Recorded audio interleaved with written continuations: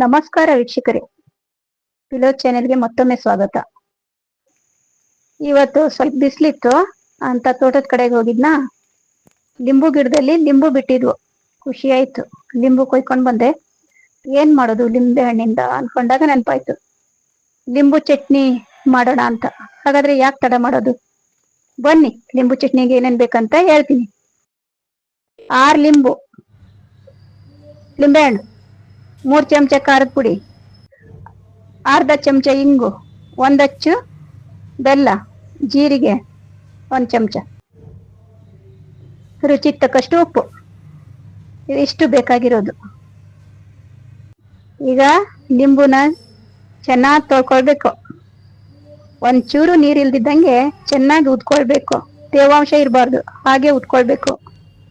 ನಂತರ ಚಿಕ್ಕ ಚಿಕ್ಕ ತುಂಡುಗಳನ್ನಾಗಿ ಕಟ್ ಮಾಡ್ಕೋಬೇಕು. ನಂತರ ಒಂದು ಪಾತ್ರೆಯಲ್ಲಿ ಹಾಕಿ ಗ್ಯಾಸ್ ಮೇಲಿಟ್ಟು ಕುಕ್ಕರಲ್ಲಿ ನೀರು ಹಾಕಿ ಲಿಂಬು ಕಟ್ ಮಾಡ್ಕೊಂಡು ಹಾಕೊಂಡಿದ್ವಲ್ಲ ಪಾತ್ರೆ, ಅದನ್ನ ಕುಕ್ಕರಲ್ಲಿ ಇಟ್ಟು ಹಬೆಯಲ್ಲಿ ಬೇಯಿಸ್ಕೋಬೇಕು. ನಂತರ ಕುಕ್ಕರ್ ಕೆಳಗಿಟ್ಟು ತಣ್ಣಗಾದ ನಂತರ ಖಾರದ ಪುಡಿ, ಇಂಗು, ಬೆಲ್ಲ, ಜೀರಿಗೆ, ಉಪ್ಪು ಹಾಕಿ ಮಿಕ್ಸಿಲಿ ನುಣ್ಣಗೆ ಅರ್ದ್ಕೊಳ್ಬೇಕು.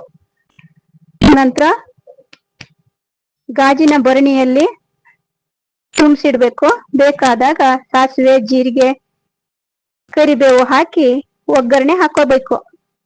ರೊಟ್ಟಿ, ಚಪಾತಿ, ದೋಸೆ, ಇಡ್ಲಿ ಹಾಕೊಂಡು ತಿನ್ಬೋದು. ನಂತರ ಅನ್ನಕ್ಕೂ ಹಾಕೊಂಡು ಕಲ್ಸ್ಕೊಂಡು ತಿನ್ಬೋದು. ವಿಡಿಯೋ ಇಷ್ಟ ಆಯ್ತು ಅನ್ಕೊಳ್ತೀನಿ. ಲೈಕ್ ಮಾಡಿ, ಶೇರ್ ಮಾಡಿ, ಸಬ್ಸ್ಕ್ರೈಬ್ ಮಾಡೋದನ್ನ ಮರಿಬೇಡ್ರಿ ಮಾರ್ಯಾರೆ. ಅಲ್ಲಿವರೆಗೂ ಟಾಟಾ ಬಾಯ್ ಬಾಯ್.